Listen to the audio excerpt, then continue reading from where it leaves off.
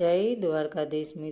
મિત્રો 23 વર્ષ સુધી જે દીકરીને જીવથી વધારે સાચવી તે મારા પરિવારના હત્યારાને દીકરી નીકળી.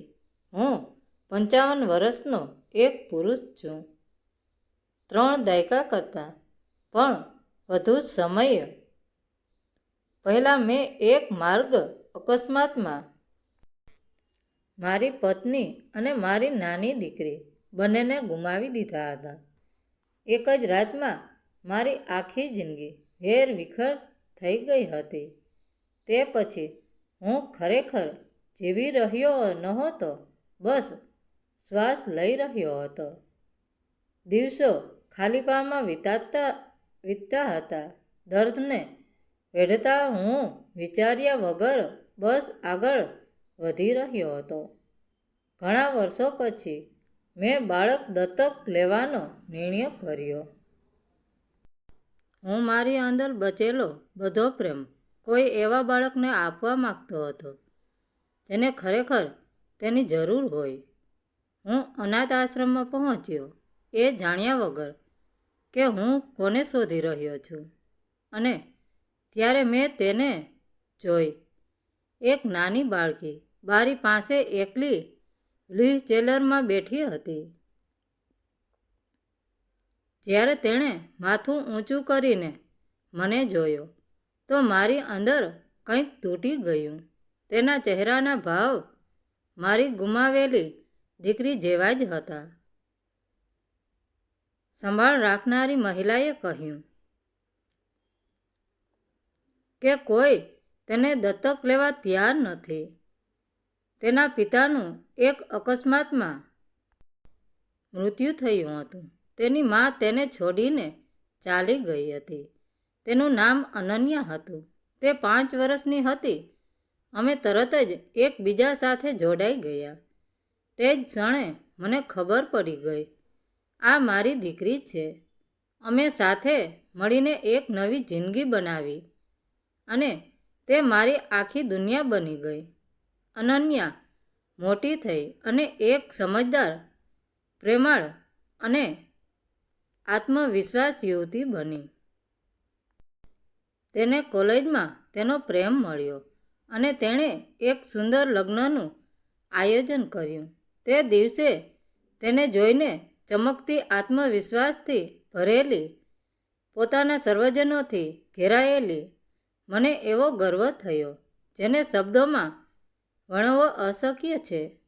ત્યારે જ સમારંભ દરમિયાન મેં એક સ્ત્રીને જોઈ જેને હું ઓળખતો ન હતો. તે પ્રવેશ દ્વાર પાસે ઊભી હતી. થોડી અજાણી લાગતી હતી અને આસપાસના લોકોને ધ્યાનથી જોઈ રહી હતી. મને લાગ્યું કે કદાચ તે વરરાજા તરફથી કોઈ હશે. જ્યારે હું તેની મદદ કરવા આગળ વધ્યો તો તેણે મને જોયો અને સીધી મારી પાસે આવી.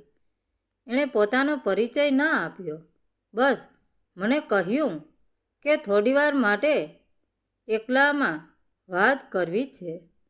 જ્યારે તે બોલી, તેના હાથ ધ્રુજી રહ્યા હતા.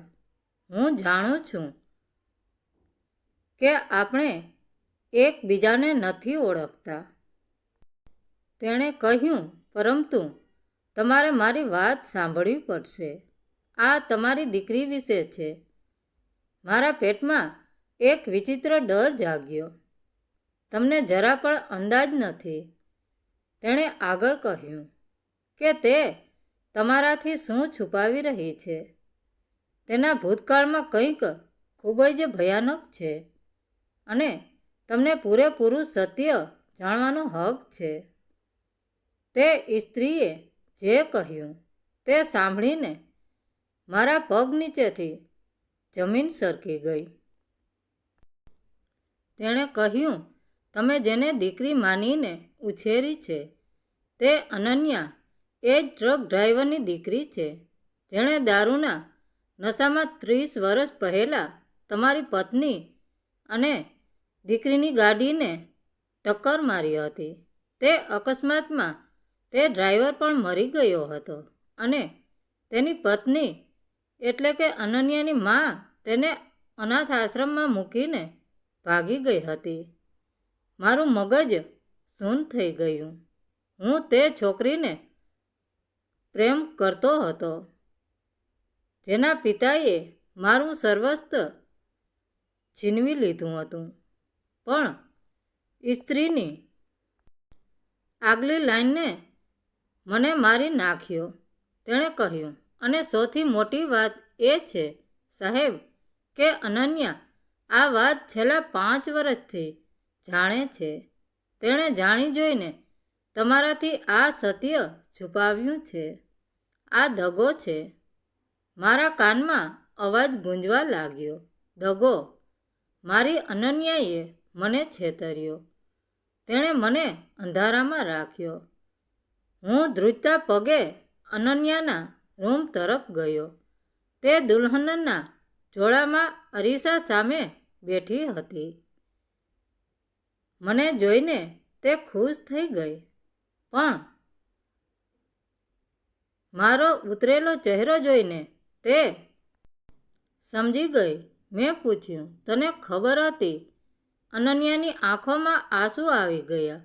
તે નીચું જોઈ ગઈ અને ધીમેકથી બોલી, હા પપ્પા, મને જ્યારે હું 18 વર્ષની થઈ ત્યારે અનાથ આશ્રમની ફાઇલોમાંથી આ સત્ય મળ્યું હતું. તો તે મને કહ્યું કેમ નહીં? શું આપણો સંબંધ જૂઠ પર અટકેલો હતો? મારો અવાજ ફાટી રહ્યો હતો. અનન્યા વ્હીલચેરમાંથી ઊભી થવાની કોશિશ કરતાં રડી પડી અને મારા પગ પકડી લીધા. પપ્પા, આ દગો નહોતો, આ ડર હતો. મને ડર હતો કે જો તમને ખબર પડશે કે હું એ જ રાક્ષસનું લોહી છું જેણે તમારી દુનિયા ઉજાડી નાખી, તો તમે મને નફરત કરવા લાગશો. તમે મને છોડી દેશો. હું તમને ગુમાવવા નહોતી માગતી પપ્પા. હું તમારી દીકરી બનીને જ રહેવા માગતી હતી. એ ડ્રાઈવરની દીકરી બનીને નહીં. તે ધ્રુસકે રડી રહી હતી. મેં તમારાથી સત્ય છુપાવ્યું કારણ કે હું તમારા પ્રેમને ગુમાવવાના વિચારથી જ મરી જતી હતી. મને માફ કરી દો. હું ત્યાં જ થીજી ગયો. મારી સામે 2 સત્ય હતા. એક, તે એ માણસની દીકરી છે જેણે મારો પરિવાર ખતમ કર્યો. બીજું, આ એ જ છોકરી છે જેણે છેલ્લા 23 વર્ષમાં મારા ઉજ્જડ જીવનને ફરીથી બગીચો બનાવ્યો છે. શું તેનો વાંક હતો કે તેના પિતા ગુનેગાર હતા? શું તેણે સત્ય છુપાવ્યું તે દગો હતો કે પછી એક દીકરીનો લાચાર પ્રેમ? મેં તેની આંખોમાં જોયું. મને ત્યાં કોઈ હત્યારો ન દેખાયો. મને ત્યાં મારી અનન્યા દેખાઈ, જે નાનપણમાં મારી આંગળી પકડીને ચાલતા શીખી હતી, જે મારા તાવ આવવા પર આખી રાત જાગતી હતી. ગુનો કરનાર મરી ગયો હતો, પણ મારી સામે જે હતી તે મારી પરવરિશ હતી. મારું લોહી નહીં, પણ મારો પ્રેમ હતો. મેં નીચે નમીને તેને ઊભી કરી. મારી આંખમાંથી આંસુ પડ્યા અને મેં તેને ગળે લગાવી લીધી. તું મારી જ દીકરી છે બેટા. લોહીના સંબંધ કરતાં હૃદયના સંબંધ મોટા હોય છે. તે મને દગો નથી આપ્યો. તે બસ આપણા પ્રેમને બચાવવાની કોશિશ કરી હતી. ભૂલી જા એ ભૂતકાળને. હું તારો હતો અને હંમેશા તારો જ રહીશ. અનન્યા મને વળગીને રડી પડી. પણ આ આંસુ દુઃખના નહીં, રાહતના હતા. બહાર શરણાઈઓ વાગી રહી હતી અને અંદર એક પિતા પુત્રીનો સંબંધ ફરીથી જીવંત થઈ ગયો હતો. ગુનેગારના સંતાનો ગુનેગાર નથી હોતા. પ્રેમ અને પરવરિશ જે સાચા સંબંધો બનાવે છે. વંશ નહીં, ક્ષમા અને સ્વીકાર એ જ સાચો પ્રેમ છે. મિત્રો, વાર્તા કેવી લાગી? સારી લાગી હોય તો કોમેન્ટ કરીને જરૂર જણાવજો. ધન્યવાદ મિત્રો.